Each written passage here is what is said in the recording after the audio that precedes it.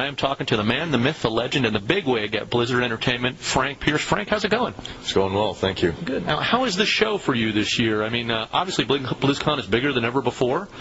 You got to be feeling pretty good about that. Yeah, it's really exciting. We love the opportunity to interact with all the fans, and the costume contest last night was amazing, especially the winner. Yeah. Now, was that Turtle Girl? Yeah, that was the girl on the turtle, Speedy.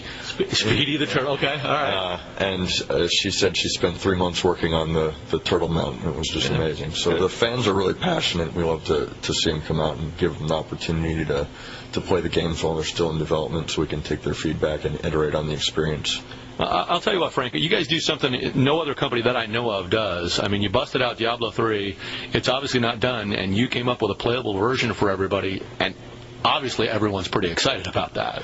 Yeah, it looks really great. The guys have been working really hard on it. We try to wait and announce products when we do feel like the experience is at a playable level, and so we might have a concept or some component of the experience that's playable, and so we'll focus on a small portion, making that fun, and then we can expand the scope at a later date. So when we announced, we already had a playable version internally.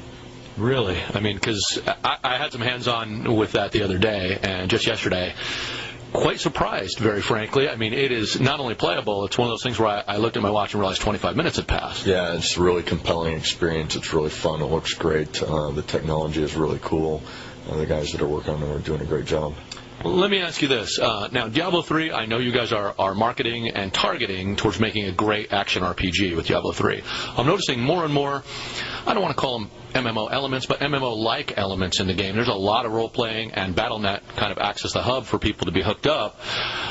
What direction are you open to that? Are you open to making it more of a more massive multiplayer-like?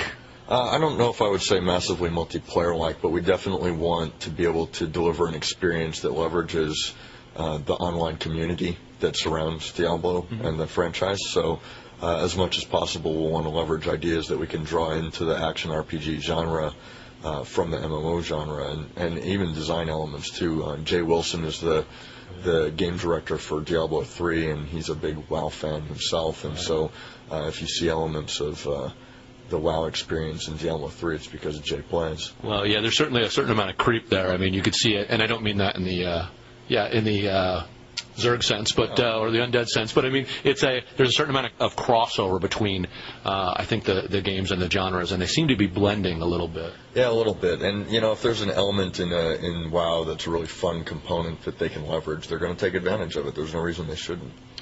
Now, you guys are working on a fourth project, and Mike talked about that a little bit yesterday. So now Frank is going to tell us what that fourth project is. Go ahead, Frank. No, I'm not. Really? I mean, I was under the impression you were going to dish. No, you know what? I mean, we're really busy with StarCraft 2 and Diablo 3 and World of Warcraft, and I know everyone's seeing the job postings up on the website, and it's great that everyone's excited, but, I mean, realistically, we've got so much that we're working on. We need to devote some people to evaluating what the future holds for Blizzard, but it's not the primary focus right now. So it's just not something we're ready to talk about, and PR is probably going to hold out on you guys for quite a while. Yeah, that's probably true. That's kind of the track record, not exactly revealing it until it's time. Now, StarCraft is probably your biggest focus right now. Is that correct?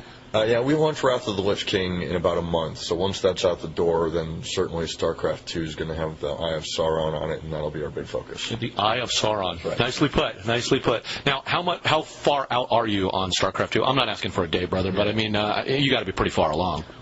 We are pretty far along. The multiplayer experience from a melee match standpoint is pretty solid. We're still iterating on the units and changing units. You know, nothing's finalized, and every one of the units could potentially be cut or changed or whatever. But we also have some ambitious plans for Battle.net. We have ambitious plans for the single-player experience.